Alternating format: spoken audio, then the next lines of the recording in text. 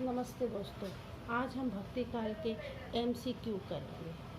भक्ति काल को हिंदी साहित्य का स्वर्ण काल कहा जाता है। भक्ति काल के उदय के बारे में सबसे पहले जॉर्ज ग्रियर्सन ने मत दिया था कि ये ईसाइयत की देन है। ताराचंद के अनुसार भक्ति काल का उदय अरबों की देन मानी गई है। हिंदी साहित्य के मध्यकाल को दो खंडों में विभक्त किया गया है, पूर्व मध्यकाल एवं उत्तर मध्यकाल।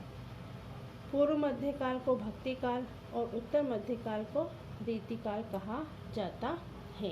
अब क्वेश्चन नंबर 1, आचार्य शुक्ल ने भक्ति काल की समय सीमा क्या मानी है? संवत 1050 से 1375 विक्रम, संवत 1375 से 1700 विक्रम, 1350 ईस्वी से 1650 ईस्वी। इनमें से कोई नहीं। तो आचार्य शुक्ल के अनुसार जो भक्ति काल की जो समय सीमा है वो संवत 1375 से 1700 विक्रम मानी गई है। डॉक्टर नगेंद्र ने भक्ति काल की समय सीमा क्या मानी है? 1350 ईस्वी से 1650 ईस्वी, 1375 ईस्वी से 1700 ईस्वी, 1400 ईस्वी से 1700 ईस्वी।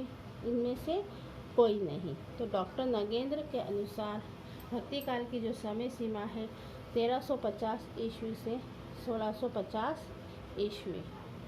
आचार्य शुक्ल ने भक्ति आंदोलन के उदय का कौन सा प्रमुख कारण इनमें से माना है?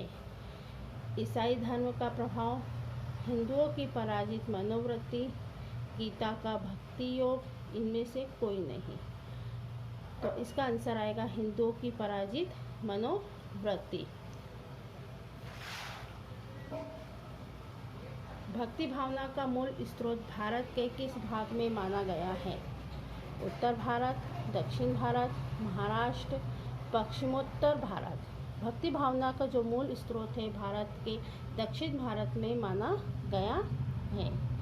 इनमें से कौन सा कथन असत्य है? मतलब जो गलत है उस पर आपको टिक लगाना है।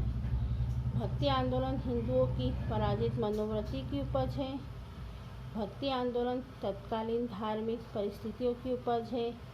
दक्षिण से आती हुई भक्ति की धारा को पनपने के लिए उपयुक्त परिस्थितियां उत्तर भारत में थीं।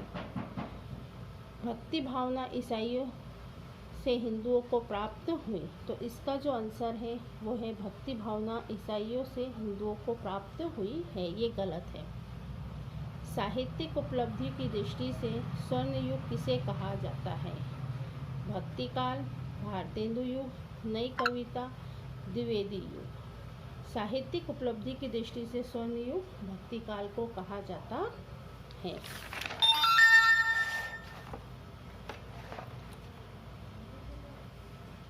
रामचंद्रिका, कवि प्रिया, रसिक प्रिया किसकी रचनाएं हैं? तुलसीदास, केशवदास, भैदेराम भल्ला, सूरजदास। इसका रामचंद्रिका, कवि प्रिया, रसिक प्रिया केशवदास की रचनाएं हैं। ज्ञानाश्रयी और प्रेम मार्गी शाखा किस भक्ति काव्य के विभाजन है?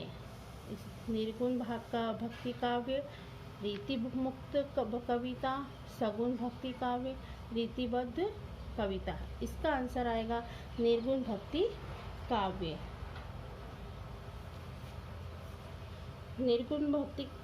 निर्गुण काव्य धारा की दो शाखाएं हैं। निर्गुण काव्य धारा की दो शाखाएं हैं, ज्ञानाश्रयी और प्रेम मार्गी। ज्ञानाश्रयी शाखा के को संत काव्य कहा जाता है और प्रेमाश्रयी शाखा को सूफी काव्य कहा जाता है। संत काव्य के जो प्रतिनिधि कवि हैं वो कबीरदास जी हैं और सूफी काव्य के प्रतिनिधि कवि जायसी थे। लीलावाद और अवतारवाद के आधार पर काव्य रचना किसने की थी? सगुण भक्त कवियों ने, नए कवियों ने, रीति कवियों ने, निर्गुण भक्त कवियों ने। तो इसका आंसर आएगा सगुण भक्त कवियों ने। निराकार ईश्वर के उपासक थे सगुण भक्त कवि, प्रयोगवादी कवि, निर्गुण भक्त कवि, रीतिवादी कवि। निराकार ईश्वर के उपासक थे निर्गुण भक्त कवि। सूफी कवियों की कविताएं किस धारा में आती हैं? सूफी कवियों की जो कविताएं हैं वो प्रेमाश्रय धारा, निर्गुण काव्य धारा, राम काव्य धारा, नव काव्य धारा। तो इसका आंसर आएगा प्रेमाश्रय धारा। जो सूफी काव्य धारा होती है वो निर्गुण भक्ति काव्य की प्रमुख काव्य धारा है, जिसे प्रेम मार्ग शाखा, प्रेम काव्य, प्रेमाख्यान काव्य, सूफी काव्य आदि विभिन्न नामों से जाना जाता है। सामाजिक मर्यादा और लोक मंगल का साहित्य किसे कहा जाता है? रीतिबद्ध काव्य, राम भक्ति काव्य, रीति सिद्ध काव्य, प्रेमाश्रय कवि। तो इसका आंसर आएगा राम भक्ति काव्य। इनमें से संत कवि नहीं हैं। कबीरदास, गुरु नानक, सुंदरदास और ईश्वरदास संत कवि नहीं हैं। तो इनमें से आंसर आएगा ईश्वरदास। कबीर के गुरु का नाम क्या था? कबीर के गुरु का नाम रामानंद था। कबीर के शिष्य धर्मदास ने कबीर की रचनाओं का संकलन किया। इसके पहले वीडियो में हमने पढ़ा है। जो संकलन है वो बीजक नाम से किया गया है। बीजक के 3 भाग हैं, रमेनी, सबद और साखी। साखी भाग में दोहों का संकलन है, सबद भाग में कबीर के पदों का संकलन है और रमेनी भाग में कबीर के पदों और चौपाइयों का संकलन है। अद्वैत वेदांत का प्रचार किसने किया? शंकराचार्य ने, महावीर स्वामी ने, वल्लभाचार्य ने, महात्मा बुद्ध ने। अद्वैत वेदांत का प्रचार किया था शंकराचार्य ने। शंकराचार्य जी का जन्म 508 ईसा पूर्व, मृत्यु 474 ईसा पूर्व में हुई। उनके गुरु का नाम था गोविंद भगवत पाद था। शंकराचार्य के दर्शन का आधार वेदांत अथवा उपनिषद माना जाता है। चैनल पर वीडियो यदि आपको पसंद आए तो लाइक, सब्सक्राइब एंड शेयर करिए। धन्यवाद।